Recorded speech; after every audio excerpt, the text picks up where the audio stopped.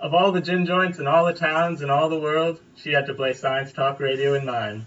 Welcome to Fudge the Data. Science will save the day. Science, let's shout hooray! The world gets better every day because of science! Science! Hello and welcome to another episode of Fudge the Data. Hello. Last week we were absent. We were off in Saskatoon at a conference. Oh yeah, learning all about science and insects. Learning about insects in Entomological Conference of Canada. It was very exciting. But we're very glad to be back, very proud to be back. Yes. Here bringing you a lovely episode that we're very excited to bring you, all about running. We've been waiting for weeks to do this We episode. have. As soon as we entered the Valley Harvest Marathon, we're doing the 10K on Saturday, we were like, oh man. Sunday. Oh, Sunday, right? Sunday the 12th. We were like, oh man, we got to do this episode. This is going to be wonderful.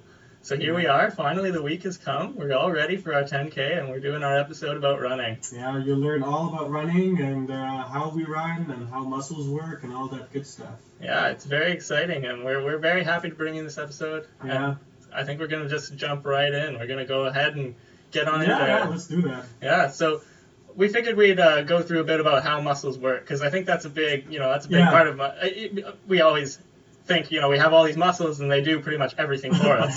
But how? Yeah, it's crazy. And the system that they actually use is quite phenomenal. Yeah. So, I don't know. I don't know if we, how we want to break this up, because, it's just kind of we can just kind of go back and forth. But there's three basic types of muscle. Right. And these are all used to turn energy in the body into motion or movement in some form. Right. And that's just the general way muscles work, and it's how we do pretty much everything that we do. So the three types are skeletal muscle. I don't Skeletal. know. Yeah, some people at Acadia always say skeletal. Yeah, I don't know what the find that difference is. funny. I don't know why. I know profs have always said skeletal to me. But Yeah. whatever. These skeletal muscles. These are the ones we can see. These are the glory muscles. These are the biceps, the triceps, the lats. Your glutes. Oh yeah, your glutes. Did you know that your glutes are the biggest muscle I in the believe world? it. They're massive. I thought it was our quads or hamstrings, but it's apparently the glutes. I don't know. Okay. Pretty cool. But yeah, these are the glamour muscles. These are the ones you go to the gym to work out. And they're always found in pairs in the body. There's the biceps, triceps, stuff like that. And these are the ones used in voluntary contraction. So you're kind of just general movement. You think about it and you move it. Exactly. There's also smooth muscle. Smooth muscle, these are found in the digestive system, in blood vessels, in your bladder, and in the uterus. And these are involuntary contractions. So like when you swallow, smooth muscle moving food. I believe so, yeah. Because maybe that's why you can swallow upside down. Oh yeah, it's a very powerful contraction in the throat. It's actually a really cool involuntary thing that forces food down and like moves it through your digestive system, through your intestines and stuff like that. Yeah. Very cool. And that's why you can puke standing up as well. Yay! For all you partiers out there. And then the one everybody knows about as well is cardiac muscle. This is your heart. This is involuntary. It's the beating of the heart. Pumps blood through you. Yeah, very important. So muscles, the ones that we're going to be talking about mostly, I believe, at least in my case, at least are skeletal muscles, skeletal muscles. These are the ones that you use to move, to run, to do anything, to lift something up. Their muscle cells are really long. They're really long cells. And they clump together, they bundle together to form fibers. Yeah. And each muscle cell, or maybe it's a fiber, I'm not sure which one, they're about 1 to 40 microns long. Yeah. So there's a muscle fiber bundle. Yeah. And the fiber bundle is made of these muscle fibers that are made of the muscle cells. Yes, exactly. Yeah. And so they can be 10 to 100 microns in diameter. And just to give you a bit of comparison, a hair on your head is about 100 microns in diameter. So they're about the width of your hair. Yeah, so think about a pulled pork sandwich. The reason you get a pulled pork sandwich, all these strands that you pull, these are the muscle fibers that you're pulling. So all our skeletal muscles or skeletal muscles are something similar to that.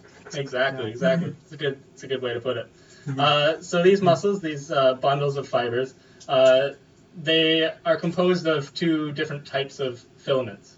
These two types of filaments are called myofibrils when they're together, and between the two of them there's thick and thin ones. And basically the way it works is that a myofibril, which is one of the fibers of a muscle cell, or the inside of one of the fibers of a muscle cell, or a muscle bundle, is that there's a thick filament in the middle, and then that's surrounded by 6 thin filaments around the outside. Right.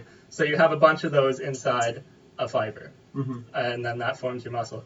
And the way it works is the way it contracts is pretty fantastic. Yeah. But I'm not sure. Maybe I'll let you get more into that just because. Oh. Well, we can go back. To that. But Yeah. thick filaments. These thick filaments in the middle. They're called, or not called, but they have a protein on them called myosin. Yeah. And the thin filaments have a protein on them called actin. And these two proteins, these are the things that they make muscles move. These are the things that do it all, and they are absolutely incredible. I remember learning about this in high school, and it's one of those things that's always stuck with me, and it is absolutely fantastic. So we're very happy to be able to bring it to you here today, and in the future, if you're listening to this in the archive, available on YouTube. Yeah. So I don't know. You want to get us started on how they work, and So I can jump in. let's do that. So say you want to move your arm, for example. Sure The way these things move is they contract and they relax. It's contraction and relaxation. There's no sideways movement or any complex movement in these fibers. But the combination of movement from different fibers moving at different contraction rates or how strong they contract make you move from side to side or do all these complex movements or even these tiny movements. So you want to move your bicep, for example. You think about it, and your brain sends a signal your brain sends a nervous signal to your muscle, to your bicep. Mm-hmm. And you might have also heard of these nervous signals referred to as action potentials. It's just another word for the electrical gradient that is flowed through your body to allow you to transmit signals from your brain to the rest of your body. Because it's all done with electricity and neurotransmitters and stuff like that. It's very intricate and complicated, but very beautiful system. Exactly. So these fibers are connected by nerves to your brain, and directly through the spinal cord. And so when you send a signal from the brain to the muscle cell, the nerve is connected to the muscle cell, and it releases these compounds. I believe they're calcium. Yeah, it's calcium. Yeah. Calcium ions. So calcium ions, and the calcium ions stimulate the muscle cell to move. And the way it moves is it uses ATP, which is a form of energy that we have in our body. Mm-hmm. And correct me if I'm wrong. The myosin is a thicker protein. The myosin is on the thick fibrils, if you want to call them that. Yeah. And it's kind of like a weird club shape. Like, so it has like a little arms. Yeah, a little arm with almost like a little fist. Almost like a little fist sticking out of it. Yeah. And what happens is the actin is above that fist, is sticking above that fist, and the energy or the ATP causes that fist to move. And think about it as the fist holding the actin fiber and moving it, or like pulling it or pushing it, for example. And this causes the contraction of the muscle when several of these fibers pull together. Exactly. It's a really cool system, and a good way to think of it is if you think of pulling a rope. Mm-hmm. So you have your rope in front of you. You grab it with your arms, so that's the myosin attaching to the actin filament. Right. So you have it. You're grabbed onto the rope, and you are straight armed because that's just how it is. Mm-hmm. And then you use energy to pull the rope towards you. Right.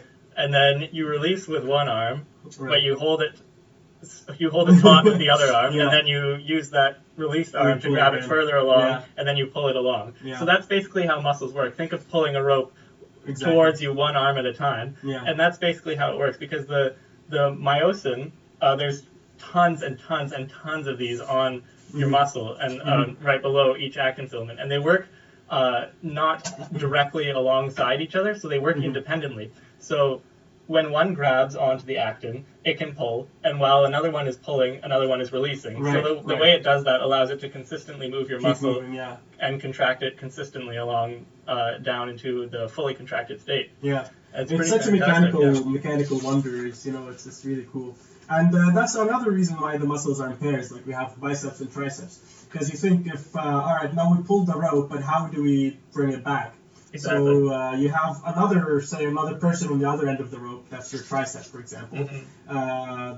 The person who was pulling will now relax and stop pulling, and the other person on the other end would pull again, and that's how you get your arm up and down, for example. Exactly. Mm-hmm. And the really cool way it works is that the calcium that flows in, it allows the myosin to bind, right? Mm-hmm. And so then what happens is that the myosin actually just binds directly to the actin, and that's what the calcium does. Then the energy the ATP pulls it, and then that's broken down, and then when it breaks down, it's released again.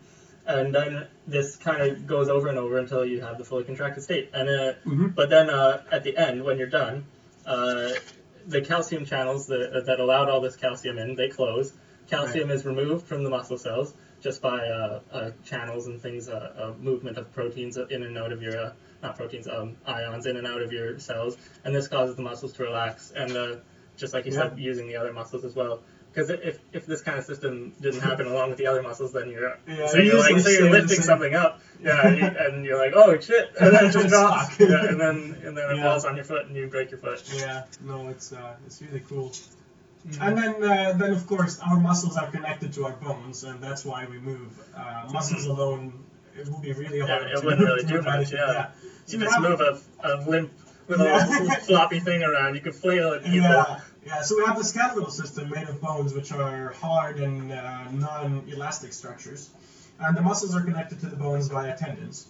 Okay, so when the muscle contracts, it's connected to the bone, and we have joints and tendons that allow the bones to move in certain directions. So when you have a muscle contraction, it actually moves the bone, like either up or down, or depending on the position of the muscle, it moves side to side. And the tendons cause that connection between the muscle and the bone that cause the movement as a reaction.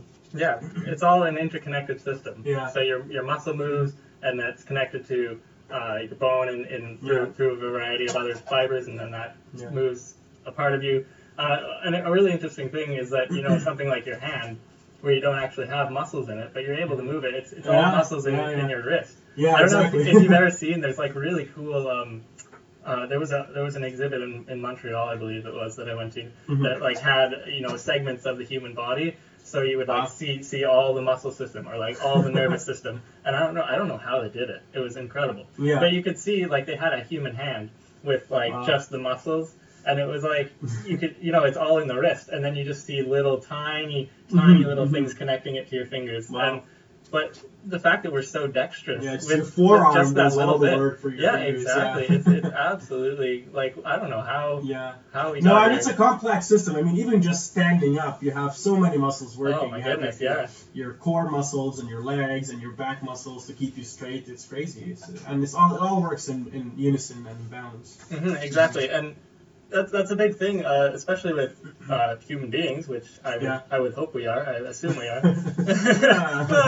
Questionable. But one of the most amazing things about us is that we're bipedal. We walk on two legs, and it's like it's a really strange system we have. It's rarely seen in any in nature, in any other species, but.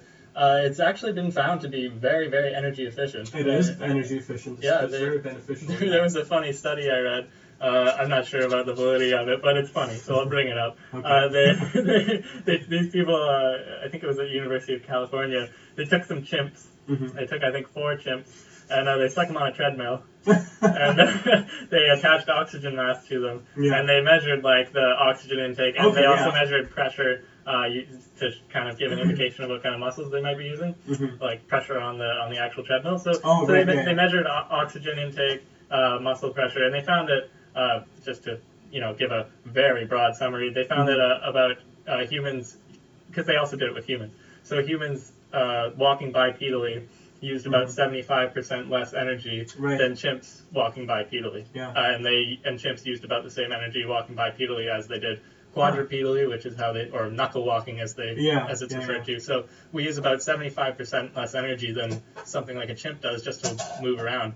Yeah, I think we'll touch on this a bit later, but there's a lot of arguments and people that argue that humans are designed to be long-distance runners, and one of the reasons is being bipedal and being able to conserve all that energy while we're moving. Yeah. And being bipedal also has more advantages, like we have our head a bit higher than usual, so we can see ahead of us, we can see where we're going, and can see if there's any dangers around. Yeah, and that's another weird skeletal change that has happened to us, maybe skeletal. I don't know.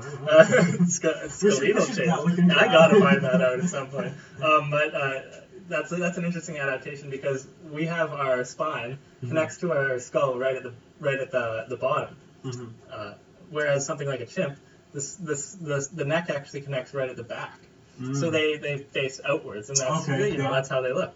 And it's just, like you say, it's useful for looking outwards. It's just a really interesting adaptation that would have had to have happened at some point along the way when we became bipedal. Yeah, and then we have our arms too. While we're walking, we can do whatever we want with our arms. We can. Yeah, and that's one of the main things, one of the main evolutionary things that people say is why we became bipedal is because we wanted to use our arms because we have this intelligence. We were able to create tools.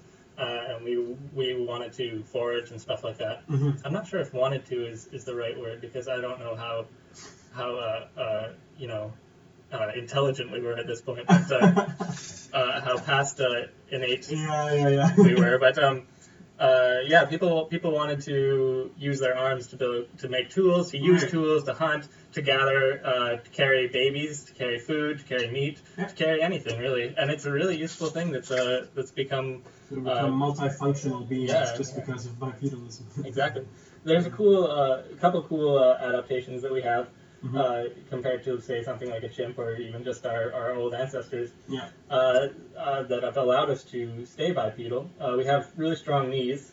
It may not seem like it because they always seem to get damaged, but we actually have fantastically strong knees, and these allow us to actually support the whole weight of our body. Because when we're walking and when we're running especially, there's the entire weight of our body on one leg, and that's at one point crushing pretty much our knee. Yeah. And but like when you're running, especially because you actually like bouncing off your one leg, and it's pretty hard on your legs. It's not hard to see why people that run a lot get knee problems. We have a curved spine, a nice curvature to our spine. That absorbs so much. Exactly. Yeah, so that's a big thing.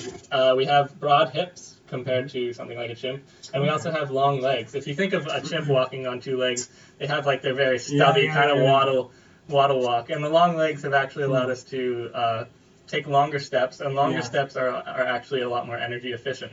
So if you take your long steps with our long legs and our broad hips, it allows us for a large range of motion and a lot of easy movement. I still have short legs. So. Longer than a chimp. That's why a lot of long distance runners have these skinny, lanky, long legs. Exactly. Yeah, and just to go along with that, the upper leg bone, the femur, the upper part is angled and it's long in a way that allows us to connect it really nicely to the hip bone. So it's really strong. It allows for a lot of range of motion and again, just really easy movement. So that's cool. And we also have very complex feet. The feet are very important. Yeah. Yes. Yeah. Like you said 2 weeks ago, they have the most bones in the body. Yeah. So the feet also absorb a lot of the shock and take all our body weight on them as well. Yeah. Yeah. So you want to move on to running now more specifically. Yeah, we want to talk about some how do you run and what happens when you run, because we're running the 10K and... Yeah, we're very excited. I think we're ready. What are you thinking, 45 minutes? Oh, not even. We can do that in 10 Yeah, so I have kind of a breakdown of what happens when you go for a jog and when you go for a run, which is what happens to your body. So in the first few minutes, or probably depending on your fitness level, the first minute or so, you have energy stored in your body in the form of ADP, or adenosine diphosphate. That gets converted to ATP, and that's how when you first start running, you get this burst of energy, or the first minute of energy you're getting is just energy that's circulating around your body or that's in your cells. So you use that right away. Yeah, that's the point when you're like, oh yeah, I can feel do good. this. I love running. Running's great. Yeah, and then after a few minutes or a few seconds, depending on the fitness level, again, you start tapping into some of the energy reserves you have in your body, and that's glycogen. And glycogen is a form of sugar that we have stored in our body. So you start absorbing that from your cells, and that gets converted to ATP again. Or sometimes you have glucose that's in your blood, and that also gets used by the muscles. So all these stored energy reserves start being tapped into, and you start converting them into energy to move all these muscles. Okay, and that's when lactic acid starts to build up, because when you convert glycogen into energy with not sufficient oxygen, you have lactic acid as a result. Mm-hmm. And lactic acid is when you start feeling the burn in your muscles, or also there's also a little bit of a sidetrack on the burn and lactic acid effects later. But anyways, when you start feeling the burn and the lactic acid buildup in your muscles, that kind of can cause cramps and can cause some pain during the run. So the deeper breaths you have, the more breathing you do, the more pacing yourself you do, the less of that lactic acid buildup you'll have. Mm-hmm. So we should think about that during the run. Exactly. Deep breathing. Yeah. Do you know? I'm not sure if you do. I don't know if you've prepared it, but do you know anything about like fat burning? That's a very interesting question. I guess you have to go for really long, like very long distances to tap into the fat. Like fat is just stored energy. I don't know Right. in what form it's lipids, but I don't know if it stores glycogen in any respect. So if it is, then you could be using that to break down. I'm not sure. Because I mean, it will take a while to break down. Well, exactly. Because you have a lot of stored glycogen in it already, and you have a lot of glucose in your blood that's available to be used. So you have to go through all that until you start burning fat. And then once if you're like really thin, then or if you're like starving yourself, then you can begin to break down muscle as the next step. But I believe that's like after probably an hour. No, that's probably extreme to the highest degree. Yeah, so probably we don't have to worry about our fat reserves for our run, I don't think. I hope not. We're safe. Yeah.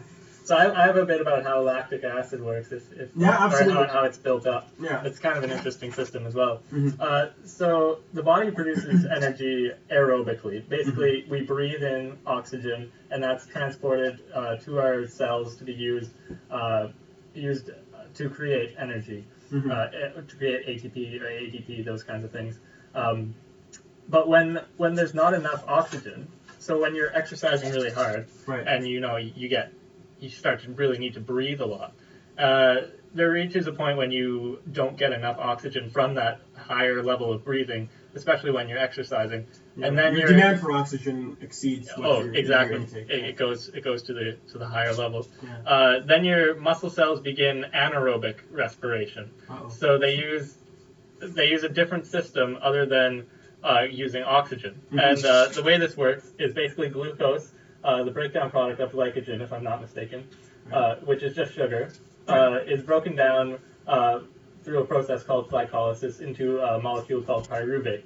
Anybody in biology knows pyruvate way too well because we go through it so much. The cycle. Yeah, exactly, the horrible Krebs cycle.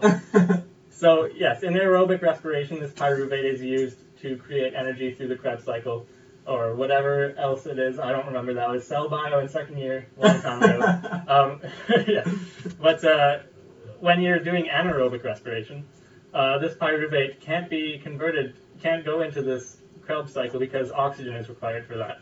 So the pyruvate is converted into lactate, which is commonly known as lactic acid because of what it does. Yeah. So this lactate molecule then begins to build in the muscles because these muscles, they needed oxygen, they didn't get it. Yeah. So they started to do anaerobic respiration, the lactate begins to build, and then when lactate builds, the acidity of your muscles goes up.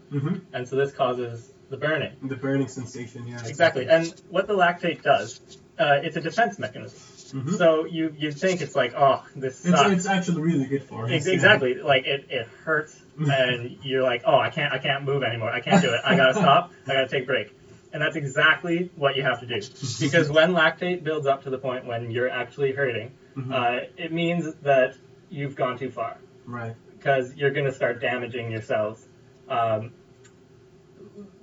way that lactate works, that the acidity build, is that it stops the glycolysis process. It stops the breakdown of glucose into pyruvate. Right. And that allows you to stop moving, and it allows your cells to regroup and to get some more oxygen flowing, because you can only really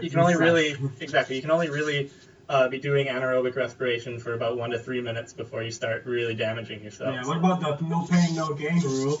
No pain, no gain. Well, it's a little different. It's a little different because there's a difference between. Yeah. I know, but this is a good point. There's a difference between lactic acid pain and muscle building pain. Exactly. Yeah. Because I don't know if we need to get into this right now, but the way muscles build or grow is that it's not the lactic acid. It's actually, it's micro tears. Right. So when you're working out, especially working out, but running as well, you actually tear your muscles.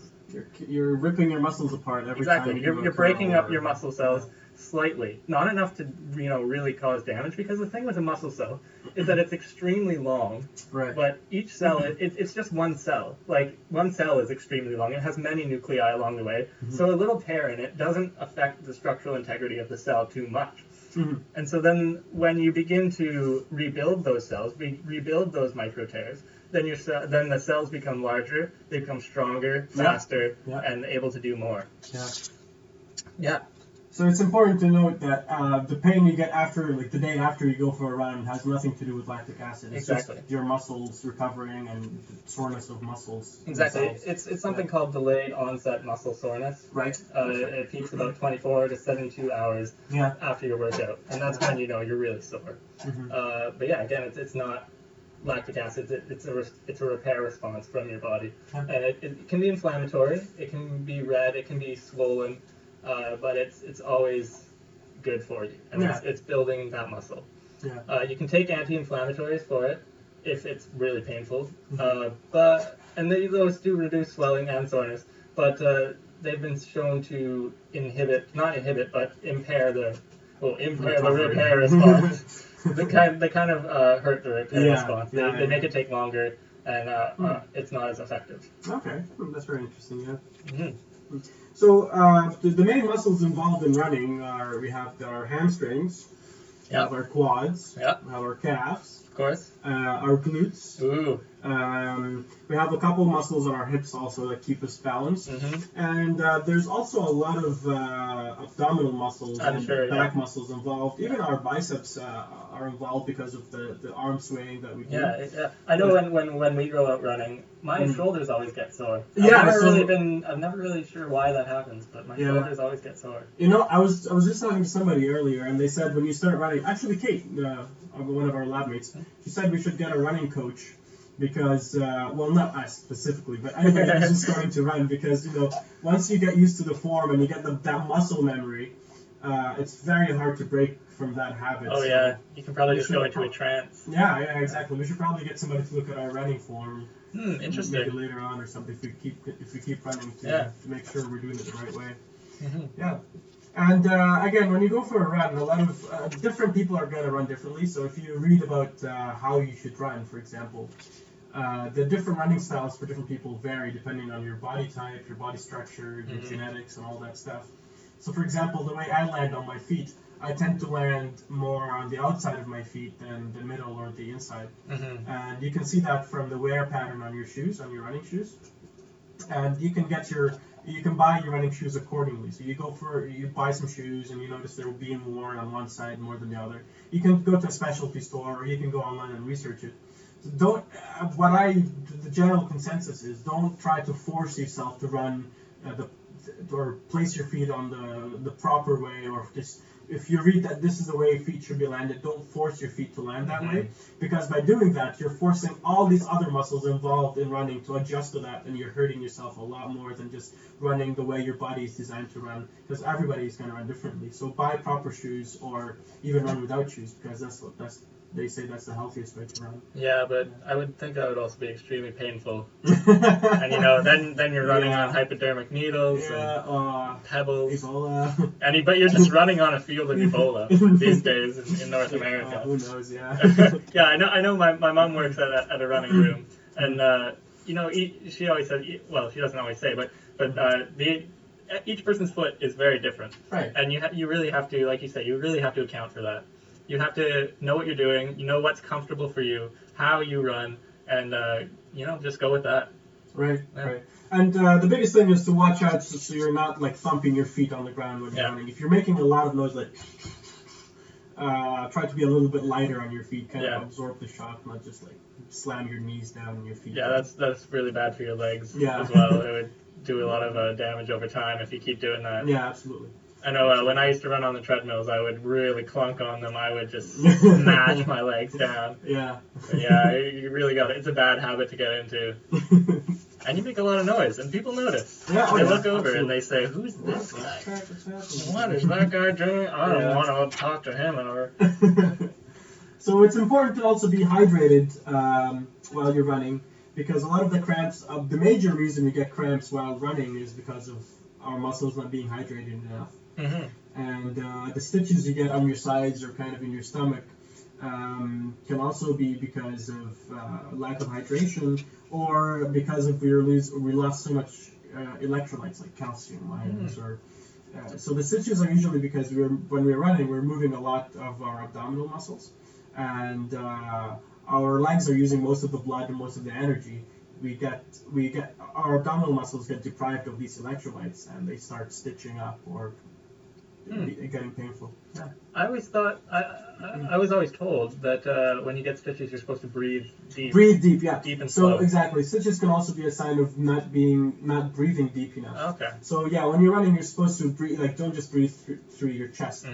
Breathe through your stomach. I guess if that's a good analogy to use. Yeah, breathing is a really weird thing, actually. Yeah. Yeah, you know, it's one of those things. Yeah, it is though. It's one of those things that everybody seems to say you're doing it wrong. Everybody. It's like I don't know what the right way is anymore. I've heard so many times that this way is the right way to breathe. No, this way is the right way to breathe. Oh, you're breathing like an idiot. I don't know. I don't know. When I go for a run, I try to focus on my breathing. If my breathing can't keep up with my body, I slow down my pace until my breathing is comfortable. Yeah, as long as you're comfortable, I don't know what the big deal is. You just focus on you take deep, long breaths, and that's the way I do it. I'm not sure. Yeah. But you've run a lot more than I have. I'm kind of new on the running scene. I'm not experienced or anything. But still, I don't know. It's one of those things, breathing, just do it. I would say just do it as much as is comfortable and as much as you can. Exactly. As you can. And push yourself a little bit harder every time. Every time, yeah. Exactly. Yeah, and that's how you get better. If you don't push yourself, you're going to plateau and stay at the same level. Yeah. Yeah.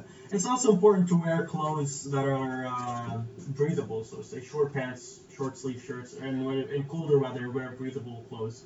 Because when we start running and when our body starts to use that energy or produce energy, and there's all that friction in the muscles, we generate a lot of heat.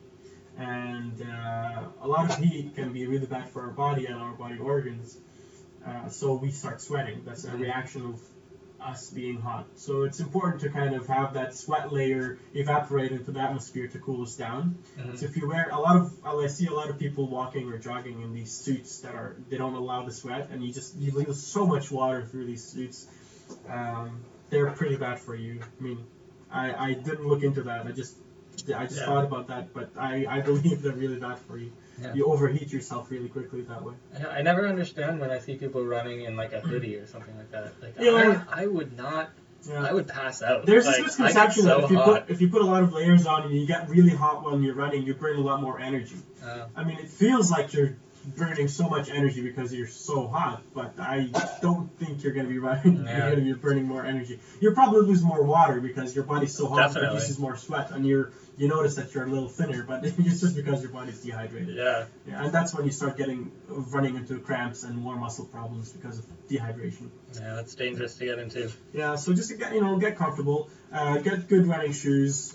Be careful with running shoes, because if you get running shoes, I mean, this is a big debate. Some people say running shoes are really important. You should get good running shoes. Some people say you should run bare feet. Get running shoes that provide good support for try them for a few weeks, run with them, walk with them. Make sure your back is fine when you run, your legs are fine. And the other flip side of the coin is if you get running shoes that are too supportive, you start losing some muscles, or some muscles start to get weaker, like in your calves, or these support muscles start to get weaker. So your running style, or if you go for longer runs, you're a weaker person because of these shoes. So I'm not sure how that plays into it. Yeah, I don't know. With any kind of muscle building, any kind of physical activity, it's really all about balance. You really gotta make sure all your muscles are engaged equally, or else you end up lopsided, like the guy from Lady in the Water. If anybody's seen that movie. Yeah, and just work on your core is just very, very important. It's what keeps you upright. So exactly. Yeah. See, do you have an injury thing? I don't know if you do. an injury thing. Like, do you have anything to talk about with injuries? No, nothing in specific. No. Okay, because I just have one, and then Okay, we can move sure, on. yeah, I don't know. let's talk about I don't know how much time we have left. But just sprains. Sprains are something that can happen if you're running or if you're doing any activity. They're really common, and a sprain or a twisted or a rolled ankle, something like that. I have those all the Oh, I time. know. And it's because of the way I land on my ankles. It's Exactly, not common yeah. in my type of landing. Yeah, it must be. Yeah. So a rolled ankle, twisted ankle, these are sprains. They're just not as bad as what you would call a sprain. Like if I say I have a sprain, it's usually just a worse form. Flu versus cold. Exactly. We're back to that. Yeah. But yeah, so a rolled ankle or a sprain is basically just one or more ligaments in your ankle that has been torn. Right. And the ligaments are just the fibrous tissues that connect. They connect the bone to your bones. So it's a bone-to-bone bone connection. Yeah. So you just tear one of those or partially tear it. And then what causes a sprain is when that tear causes blood vessels to break and then leak fluid into the tissues around the joints that are connected by those ligaments. And so then that can cause an inflammation, swelling, and pain.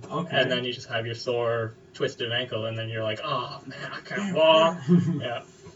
And then you got to get a brace sometimes if it's bad. But usually you can just walk it off. Well, not walk it off, but wait for it. Wait for it, yeah. Yeah. Okay, that's very interesting. Yeah, I mean, they suck, but they happen. Yeah, exactly. Yeah, especially if you're not careful. I just hate them.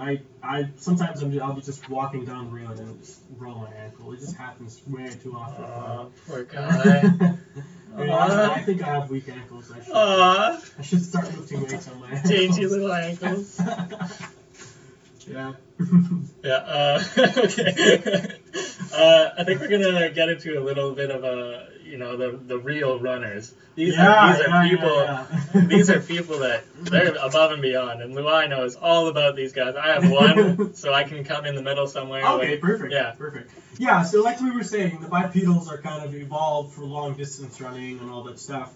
But if you look at us as a society now, we go for a 5K run and we come back and it's like we've done something really, really important.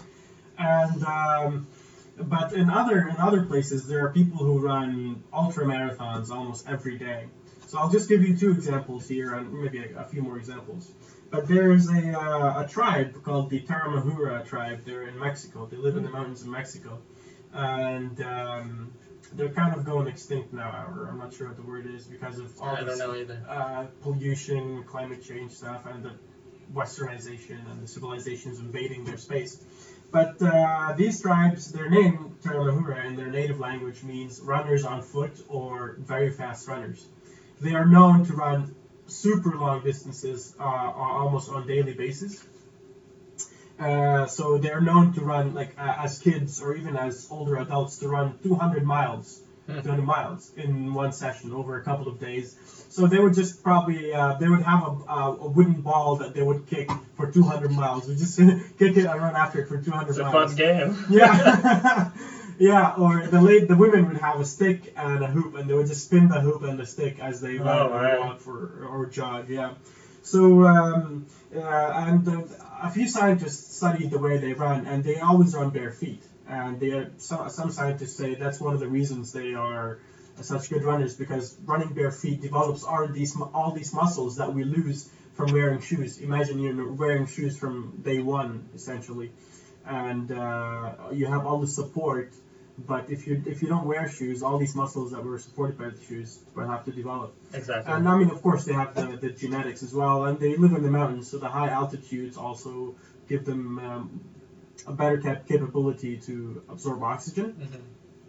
And it's also a cultural thing for them. Initiation rites where you have to run a certain distance to hunt down an animal. I think Kirk was talking about that tribe as well at one point. And they do this commonly, where they go out, run after a deer or a turkey until the deer passes out from being tired, and they just catch it, kill it, and eat it. Yeah. And it's pretty cool. They're known to run down birds. That's insane. They will follow a bird, like heavier birds that can't fly for very long distances. So they follow a bird until it flies, and then the bird would just land some distance later, and they will keep running after it until it just keeps flying and landing, and then at one point it will get too tired to fly again, and that's when they catch it and use it for food. Wow, that's So, absolutely incredible. Yeah, so it's amazing. I mean, they all they do is run all day long. I can barely run to the grocery store, and I live next door. Yeah, I know. And there's another tribe in Kenya. They also live high in the mountains in Kenya, and 80% of the runners in the Olympics, or the long distance runners that win the Olympics, are from that area in Kenya. And they're also known for long distance running, a lot of their genetics, and they're mostly known for training at high altitudes.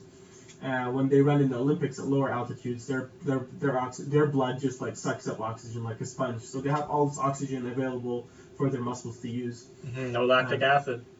No lactic acid, and it's also part of their culture, running and delivering messages over long distances and all that stuff.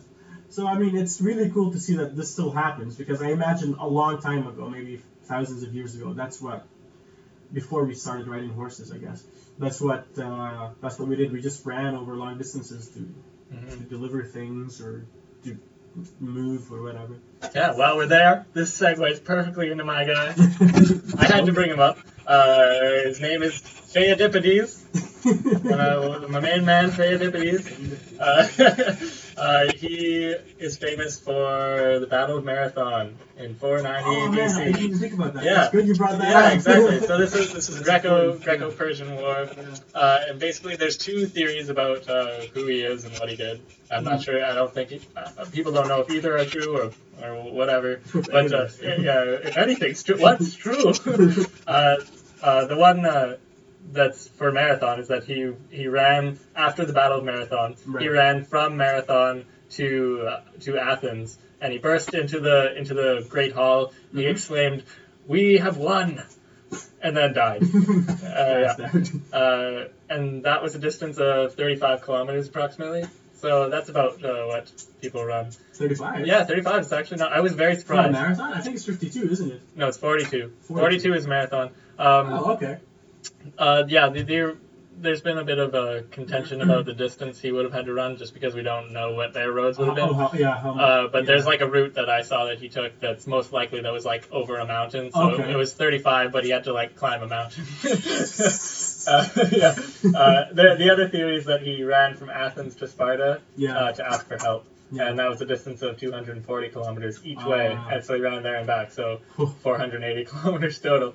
So yeah, that's Phaeodipides, and that's where we get marathon. Yeah, no, that's pretty cool. Speaking of long distance running, I have to talk about my inspiration for running. He's an Australian guy. He's known as Cliff Young. He was a potato farmer, and he had a lot of cattle. So he grew up on a farm, herding sheep and rounding up sheep at night. So he used to run a lot after his sheep. At age 61, he decided to run an ultra marathon from Sydney to Melbourne. It's a famous marathon that happens in Australia. Let me just look at my notes here to see. Yeah, so the marathon, it's an ultra marathon, is 875 kilometers long. Oh, This God. guy is like, he showed up to the ultra marathon. He's like, yep, I'd like to run it. In his overalls. What do you mean? Yeah, His he rubber literally boots. showed up in his overalls and his gum boots, and he's like, I think it's gonna rain today, so I'm wearing these gum boots. Oh, And no. people were like, Cliff, you can't just do that. He was 61 years old, and he had, when you're running that much distances, you have a team with you. You're not running alone. You have people behind you giving you food, popping your blisters, replacing your shoes, all that stuff. Just a big team running. So at least like 4 or 5 people on one team. One person would be running and the others would be driving behind them. Cliff Young had one person, one of his buddies. And he just showed up there. He's like, yeah, I'm going to run this. So they allowed him to run. I think there were 7 people running that ultra marathon that year. I mean, just not a lot of people run it. So he started running, and he didn't know that you were supposed to actually stop and sleep during that run. So he ended up winning the whole thing. It took him 15 hours and 4 minutes Oh, to run 800 plus kilometers. 15 hours? Yeah. Holy. Oh, was it 15? Yeah, I think it was 15 hours. Or Is that even? I don't think that's possible. I need to look this up. Okay, because But anyways, I'm going to take a step back, because one of my trivia questions was how fast can you run? how far could a human run in 24 hours? I think the answer was what? 303 kilometers is the Guinness record right now. So Okay, Cliff Young. there's no way this Cliff could run 800. But he beat the record by 2 days. I believe that fully. Yeah. Yeah. What No. a guy. Let me recheck my sources here because 15 hours does not make sense at all. No, but that's absolutely incredible still. Yeah. Anyway, so he ran that thing and he won it, and he proceeded to run 1,000+ kilometers after that. Just it was for like fun? 70 something. Oh, okay. Yeah. 1,000+ kilometers in a straight shot. Yeah. He broke the record for Oh, the man. longest distance ran. So he's a crazy guy, and he's known for the Cliff Young shuffle, where he doesn't, when you're running, you just sway your arms up and down. Yeah. Because when you're running long distances, that very small movement can use so much energy over a long period of time. So he's known for putting his hands beside it on his side and just like swaying them very slightly. And that's like the Young shuffle. The Where little it looks like he was penguin shuffling. walk. Yeah, fairly slow pace, very just shuffling movement. He just keeps going at it. Huh. And he says when he was running the Sydney to Melbourne Marathon, it was a big deal back then. He was just imagining the whole time that he was herding sheep, because that's what kept him running, just running after sheep. So that's what he imagined for the whole. That's what you're used to. Guys. Yeah. Keep it up. Yeah. So that was, I don't know. That's my inspiration for running, and it's really cool that he did that. What a cool guy. That's such an old age. He also married a very young, attractive woman at 70-something years There old. you go. Can't go wrong. Yeah. We should do the Valley Harvest this weekend in rubber boots and overalls. Just shuffle along. Yeah, do the cliff shuffle. All right, I think we're gonna shift gears a bit, as we always do around this time, or a bit earlier or a bit late this time. That's fine. We're gonna play everybody's favorite game. Would you rather? Would I rather? Would I rather? Not the drinking game, Oh. though you can play that if you want, just not right now. So I'm gonna ask a would you rather question. He's gonna come back at me with some questions about it. Just general questions, as ridiculous or non-ridiculous as he pleases. Okay. And then I have a correct answer in mind. Okay. And we'll see if he gets it. Okay, before we get into that, I completely missed the timing on this. It took him 5 days and 15 hours and 4 minutes. That makes a lot more sense. Yeah, okay, you can't even drive that in 15 hours. Yeah, that makes a lot more sense. Okay, sorry about that. Yeah. Anyway. We got it straightened out. All right, so you ready for your would you rather question? Okay, I'm actually really excited. All right. Would you rather live on Mars in a small isolated colony, or produce large amounts of lactic acid from any movement? Oh, wow, okay, from any movement. Okay, so would the lactic acid burn a lot from any movement? Just a little bit. Would I live alone on Mars? Most definitely. Okay, will I have agriculture on Mars? No, you only eat pizza pockets. Oh, man. Dispensed okay, so from a talking vending machine. Okay, will I have Facebook on Mars? You have Facebook, but your only friend is the vending machine. Okay. And he posts really annoying status up there. Hashtag just dispensed pizza pocket. Hashtag the wine supper time. Okay, well, I mean, that's... Okay, at first it was cool. I was like, alright, cool. Mars sounds like a good idea, but lactic acid now sounds more appetizing. Okay, so if I want to go for a run... Yeah. Would that mean I'd be swimming in lactic acid and pain? And misery? Yeah, it would be quite a bit. It would, because you'd get it not only in your legs, but in your arms. If you blink, eyes. you're gonna get a bit of lactic acid in there. Oh my god! Okay. Will I be able to talk to people if I live on Mars? Well, you have your vending machine. I mean, you can Okay. you can call somebody. It's extremely expensive. The long distance charges are ridiculous, and your service is pretty bad because it's Rogers. That's true. So-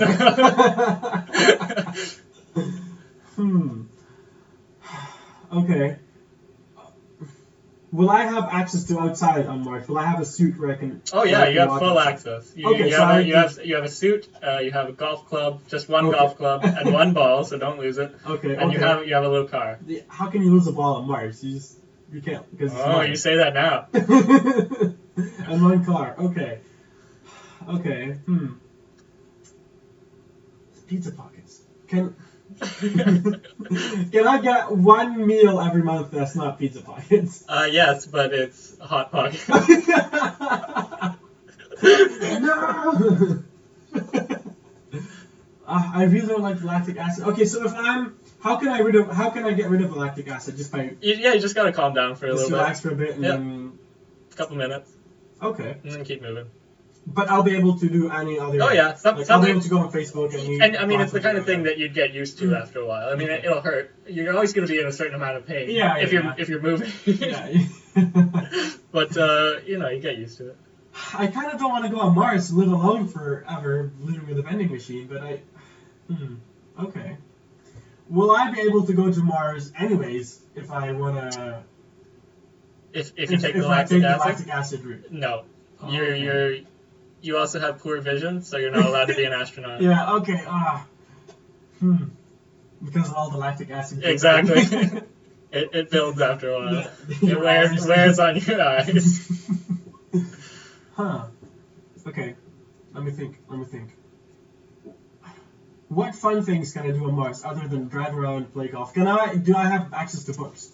Oh yes, you have a Kindle. A Kindle. Okay, with like books I want. Okay. Yep. All right, that sounds good. That sounds decent. Communication is minimum.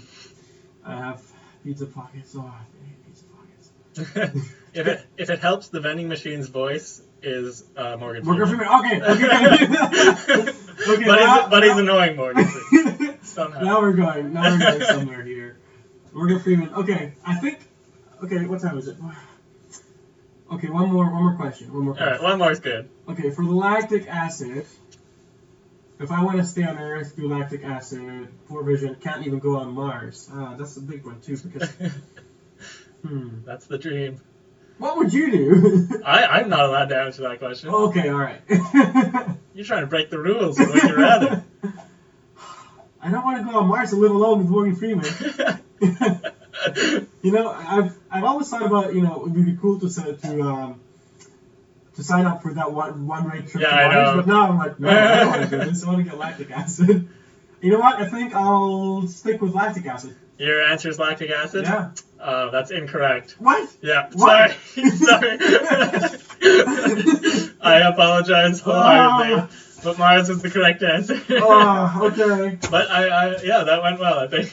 You would rather eat pizza pockets all day long. This isn't me. No. This is just the world of correct answers, yeah. The way it is because of reasons. Yeah. Okay. All right. So that was Would You Rather. Fine. Now we're gonna round off the show with a bit of trivia for whatever time we have left. I think it's just a couple minutes. Yeah, a couple minutes of trivia. So you know what? I'll ask you the question. Perfect. What is the name of the highest mountain in Africa, and what country is it in? Do you know? Either or. I'm gonna say Kilimanjaro. That's correct. That's correct. Okay. Thinking of Toto's Africa here. Sure as Kilimanjaro rises like Olympus above the Serengeti. So Serengeti. Where is this? I don't know. Tanzania. Tanzania? Yeah. Cool. All right. Well, close enough. Do you know how high it is? Like 2 feet. You're gonna have to go a bit higher than that. I have no idea. Oh, I don't know. Like 10, 10, I forgot to write that down. It's probably. All right. I have it right here. Hold on. 10 kilometers, something like that. More than that, probably. It is. No, it's 5,895 meters, so about 6 kilometers. Cool. Almost, yeah. That's pretty Excellent. cool. So that's about the distance to the Irving and back from my house. Yeah. Upwards. What? Okay, that's short. I don't know. That's pretty tall. Yeah. Okay. Well. What is this? Okay. Everything's off today. My question. What's the fastest animal? Cheetah. How many kilometers per hour? That is incorrect. Oh wait, what? Yeah, man. It's animal. Not just land animal. Oh. But cheetah's how many kilometers per hour? That's pretty quick. Okay, is it a flying? I can't ask questions. I had an inkling you were gonna ask that, and that's why I looked at cheetah. How many kilometers an hour? Not cheetah. Okay. The fastest animal. Okay, it's an insect. No. Although tiger beetles are pretty quick. Yeah. Okay. Oh, it's a bird. It is a bird. It's the eagle. No. I'm just gonna give it to you. Okay. You're gonna fish forever. It's a peregrine falcon. Oh. Okay. When they dive, the way they catch their prey is they go up and then they dive down really fast. Think of Harry Potter when he's getting that snitch. Ooh, he's going fast. Do they catch their prey in the air? Yep. Oh, that's so pretty cool. they're going at about 389 kilometers per hour. What? Yeah. Yeah, so that's when insane. That's only when they dive. Oh my The God. fastest, just straight flying, Yeah. is called a white-throated needletail, and that's at 169 kilometers per hour. Wow. And then the cheetah, as you said, is 100 to 120 kilometers per hour. That's crazy. Yeah. Cool. What is another name for vitamin C? Ooh. It's probably some crazy chemical name. It's not too crazy. It's not too crazy. No, it's fairly common. Coffee crisp. Nope. That's all I got. No, it's an acid. Ooh, lactic acid. No. Galactic acid. That was going to be the name of the show. Ooh. It could have been the name of the show. Galactic acid. Galactic acid. It is ascorbic acid. Ooh, I've heard of that. Yeah, of course, yeah. Ascorbic acid. All right, right on. Yeah, it's vitamin C. Yeah, cool. Mhm. What's the difference between a button and a cremini mushroom? You're a chef of sorts. A white button mushroom and a cremini mushroom? Yeah. One is older than the other. That is correct. The cremini is older than the button. That is absolutely correct. Yeah. They're the same species. Yeah. They're both Agaricus bisporus. Alright, Agaricus bisporus. Uh-huh. Yeah, there's no difference between them. It's just age. Cremini's older than button. Button's the immature. Well, not immature, but less mature. Cremini's a bit older than that, and then Portobello is actually It's the same. the big It's the just grandfather. it's the grandfather. It's Yeah. it's got its reproductive organs, quote unquote, Yeah. all out and ready to go. Yeah, that's pretty cool. There's a mushroom place down where's the airport is where you do skydiving. Oh, I don't remember. Yeah, it's fairly close by here, probably a 40-minute drive or something like that. And then they produce large amounts of mushrooms for the valley, and they export them. Valley mushroom. Valley mushroom. Yeah, Yeah. I guess maybe. Yeah, I think that's what it's called. yeah, sure. Do you have any more questions? Yep. Okay. Do you? No. Nope, that was it. All right. I have one more. Okay, sure. That's going to be pretty much good time, I think. Mm-hmm. Similar to the last question. What's the difference between a yam and a sweet potato?